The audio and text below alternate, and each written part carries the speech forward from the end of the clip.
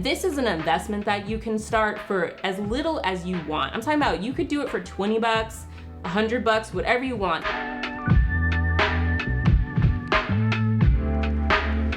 What's up, creatives? Welcome to the Tiffy Show. Today, I'll be talking about how I created my own mutual fund. So if you haven't, make sure that you turn on notifications so that you know when I post a video. I like to post about dating, travel, lifestyle, investing, and everything in between. So if that's your jam, hit that subscribe button and let's get to it. Quick disclaimer, I'm not a financial advisor, not in the least. These are just my thoughts and opinions, so take them with a grain of salt. So how did I develop my own mutual fund? Well, I have been thinking a long time about doing more long-term investments, especially with mutual funds or ETFs or index funds. And I already do a lot of investings with stocks. I mean, when you get into this stuff, you are going to want to get into more of it. That's just how you do.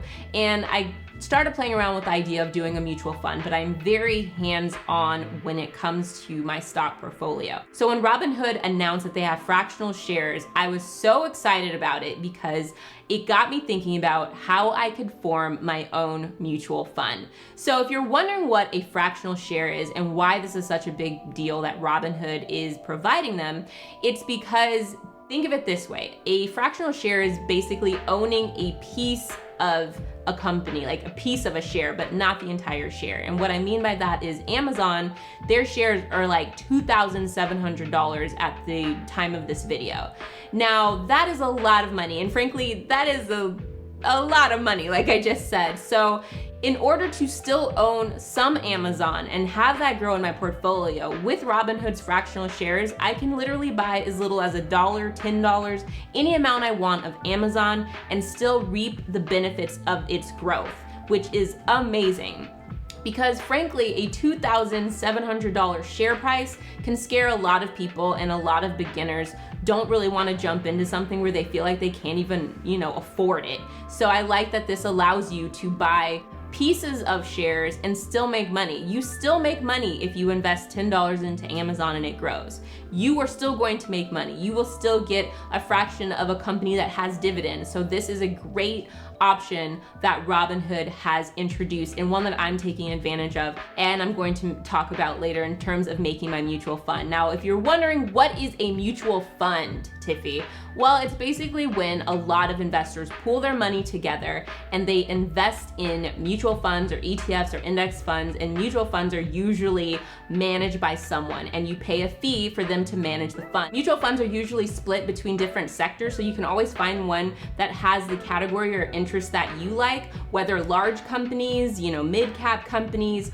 or if you only want tech companies, you can always find a mutual fund that fits your interest. And it includes hundreds, sometimes thousands of different companies. It's diversifying your portfolio so that no matter what, your account kind of balances itself out. So you're investing in a hub of a whole bunch of different stocks.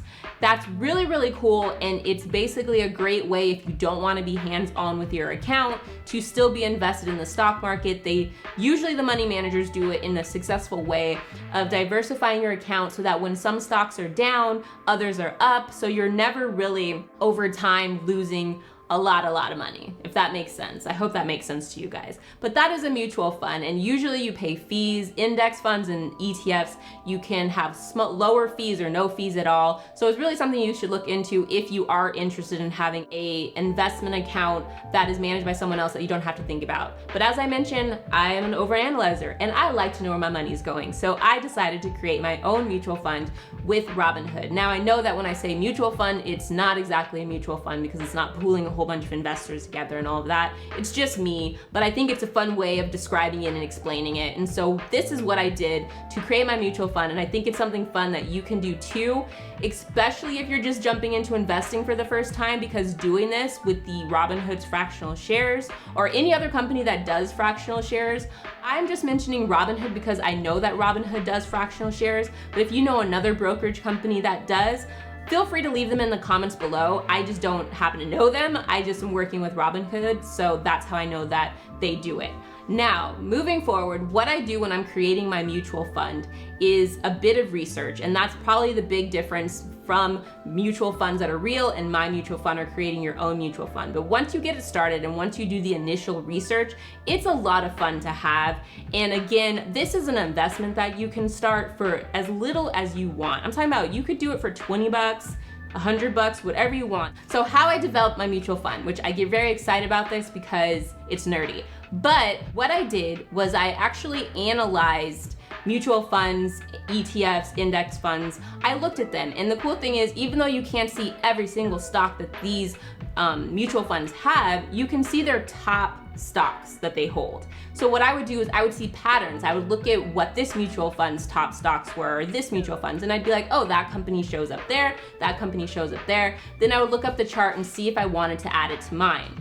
When designing my index fund, I decided that I wanted to do about 10 to 15 different stocks. So I wanted to spread my money between that many. I suggest you do that, but you can do as many stocks as you want. That's just the managing size that I want to do, considering that I did want to keep an eye on it, but I also have other investments that I have. So I didn't want this to become too overwhelming since I was doing fractional shares. I made sure to diversify when I was picking different stocks. So I had a few that were pharmaceutical, or I had a few that were tech. I just made sure to mix it up. How you mix it up is completely up to you, but I did that so that it always balanced itself out, as I mentioned, just like the big mutual fund. So if I was in the red with some companies, sometimes I'm in the green with others. So that's like a good balance to have.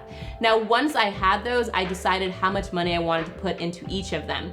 Now, this is the cool part, because with fractional shares, you don't have to buy a full share of any of these.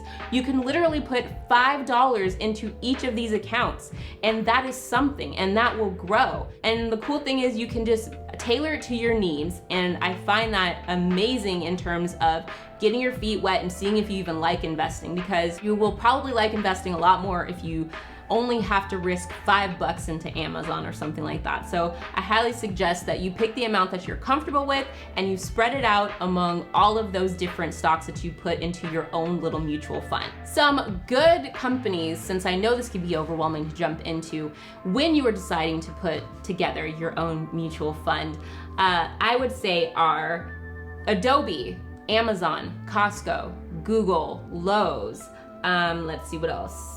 MasterCard, Visa. These are all different ideas, and hey, you can even get started with these. Microsoft. These are great companies that should be around for the long term, so they'll be great for a long-term mutual fund. Once you have your mutual fund set up, I like to create a spreadsheet where I put them in that spreadsheet. This is just me being extra nerdy, and I like to examine them at least once a week, or you can do once a month, depending on how involved you want to be in this mutual fund. Since it is a long-term investment for you, I highly suggest that you make it a habit to put some money into this as often as you can, and that could be once a day, once a week, or even once a month, and the amount is up to you. But again, remember, with fractional shares, you can literally put $1 a day, and that will still go to whatever stocks you pick, and it'll still grow. If this sounds like, Tiffy, that is too much of a hassle, remember that mutual funds and index funds and ETFs are still great options for you too. And if you don't want to do this, see, I said I nerded out and did this, but if you don't feel like doing any of this, make sure that you look into mutual funds or ETFs or index funds, and I will do a video for that later down the line if you guys want. Let me know in the comments. Either way, if you enjoyed this video, make sure that you share, like, subscribe, and comment. Comment below. Let me know if you are invested in any mutual funds or if this idea even interests you, and I will see you next time. Stay creative.